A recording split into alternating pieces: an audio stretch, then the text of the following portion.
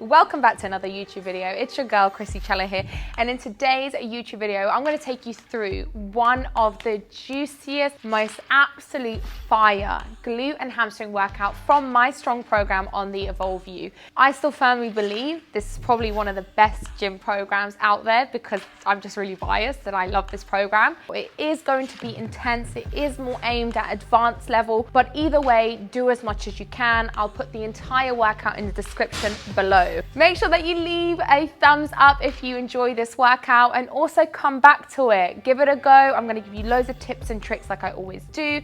So without further ado, let's get into this workout.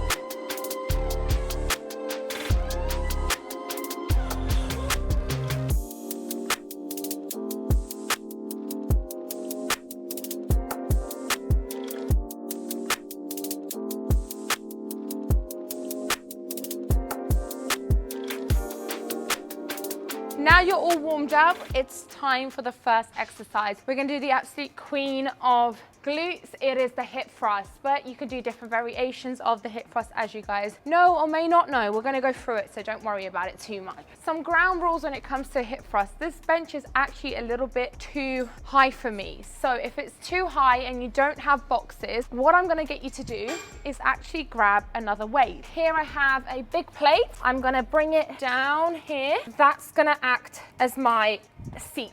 So instantly, this makes the bench the perfect position for me. How do you know if the bench is the right height for you?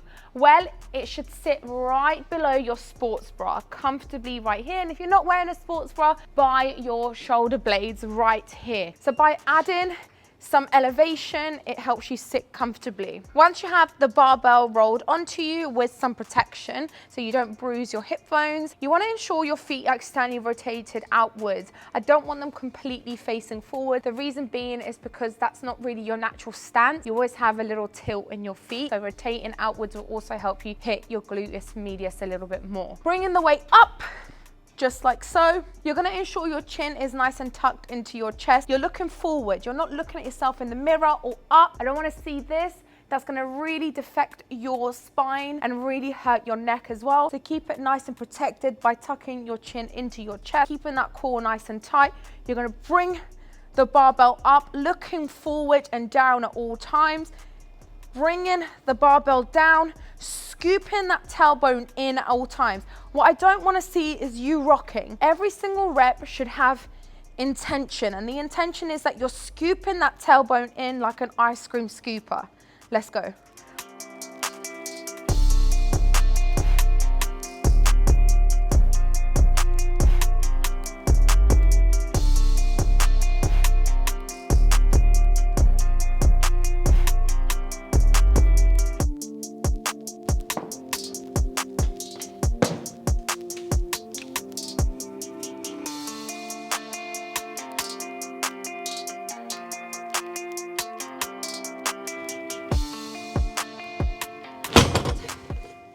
The next movement is a big compound movement. If you don't know what a compound lift is, it is where you use multiple muscles and multiple joints. This is where you can progressively overload the most. Progressive overload is where you intensify your workouts using weights, reps, time under tension, volume, whatever you want to do. There's different variations to it. But I'd like you to always remember that compound moves are best executed at the beginning of your workout rather than completely at the end, because you have maximum energy production at the beginning of your workouts is where you have the most energy, it's where you feel the best. So it's best to do the bigger movements at the start and then slowly do more isolation movements at the end, or supersets, depending on what it is. So we are doing a sumo deadlift. A sumo deadlift requires you to have a wide stance with your feet externally rotated out. So essentially what you want to imagine is the quad pop. So when your feet are out, your quads pop out. That's really going to hit that glute. I love this exercise. I know loads of people think RDLs are better, like they just do different things, but it's good to try different things, different variations, and see what works best for you. You can do a double neutral grip, or you can do one reverse and one neutral, and then change each and every single set. So you make sure that the balance on your back stays the same, because if you're always gripping this way and not alternating, you could also imbalance your shoulders. So just so you know, and your back. I like to have one inverted and one neutral. My feet nice and wide apart, not too wide where you feel like you're overly stretching your quads and your hamstrings. Nice and comfortable, core nice and engaged. How you do that is by breathing out, keeping it nice and tight. So if I was to go and punch you, you'd go and keep it nice and controlled. Bring in one hand over, one hand under, going down into a deep squat, bringing that chest up, retracting my shoulder blades back. You don't want to lift the weight like this, you want to pull everything back. With that being said, you're going to lift the weight, oof, and that is your starting position. You want to bring everything down, and the way you do so as well is you want to push and hinge back. Remember, this is not a squat, you're not going down and up, you are hinging back. So that means your body will come forward. With a squat, your upper body remains as upright as possible. With a deadlift, you hinge at the hips and you're bringing your upper body forward. So let's apply all those rules together.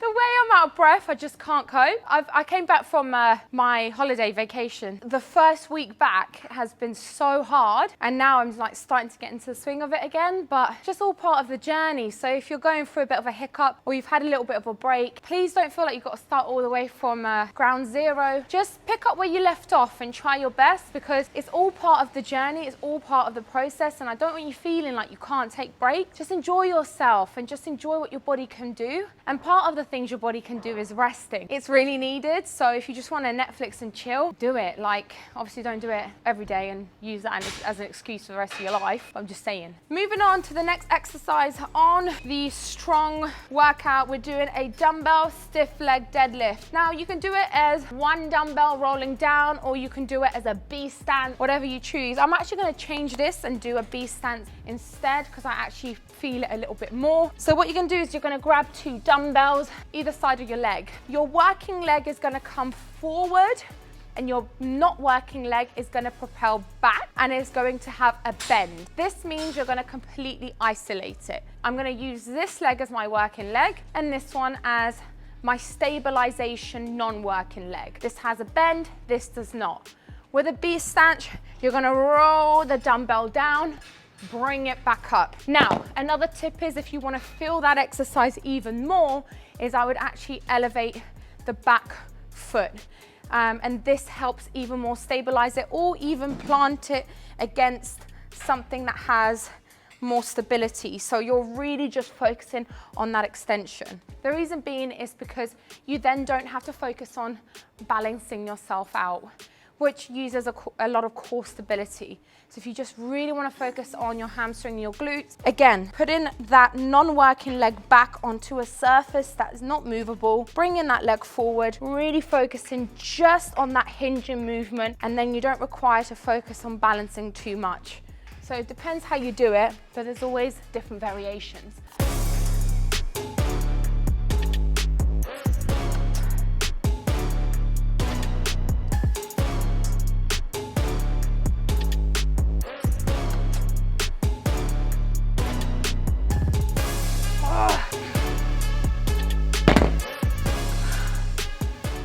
Okay, we're doing a leg press, wide stance leg press. This is going to hit your glute. It's not a sexy exercise. So when I mean sexy, I mean, let me make something really clear and straight with you. In this day and age, because there is so many creators, because there is so many videos, and that's amazing, you still gotta stand out. I'm gonna have a really open conversation with you. In order to stand out, you gotta sometimes do things that are clickbait. So long as the information you're providing is really freaking top notch and it's genuinely helping people and it's making people's lives better, let it be clickbait. You need to get noticed. You know what I'm trying to say? Certain exercises are sexy. They look good, they look cute. Certain exercises don't look so sexy, like a wide leg press, but it is so good for you. Here's what we're gonna do. So the next exercise is gonna be a superset.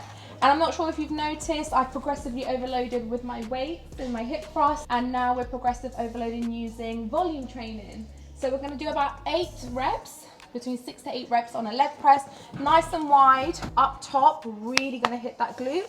And then we're gonna superset it with a kettlebell swing. Originally on the app, I had another hinge movement. Didn't really wanna do that specific hinge movement. Instead, I wanna do something ballistic and explosive, and we're gonna do a kettlebell swing instead, because I love kettlebell swings, and you need to start doing them. Okay, so we're gonna lift the weight. Damn, she's a bit heavier than I thought, you know.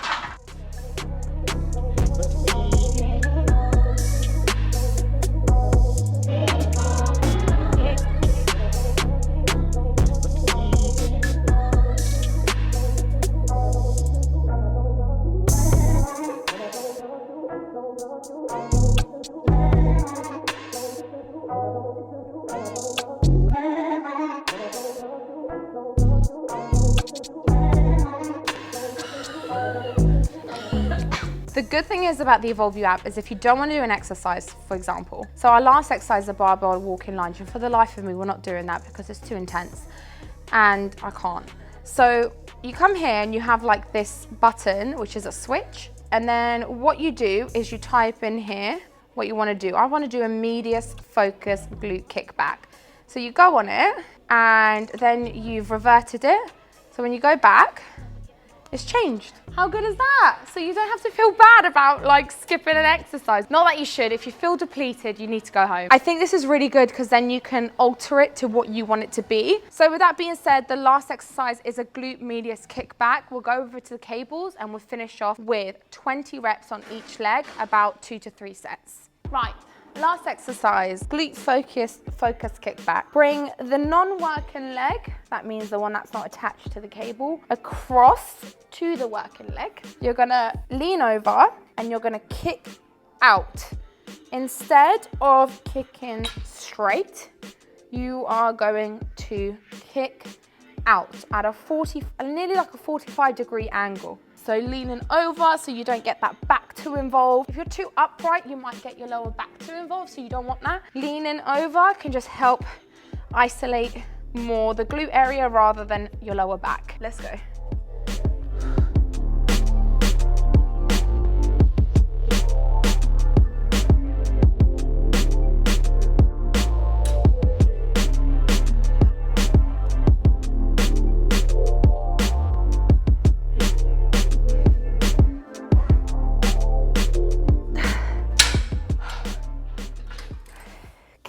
Okay guys, so there you have it, an absolutely fire gym glute and hamstring workout that I know you're absolutely gonna love. Remember, you can adjust this workout to what you're able to do in the time frame that you have. All of my programs are in the description below, so you can download them, give them a go and see what you think. If you enjoyed this workout or you wanna give it a go, leave a thumbs up because it goes a long way. I love you always and forever, and I'll catch you next time.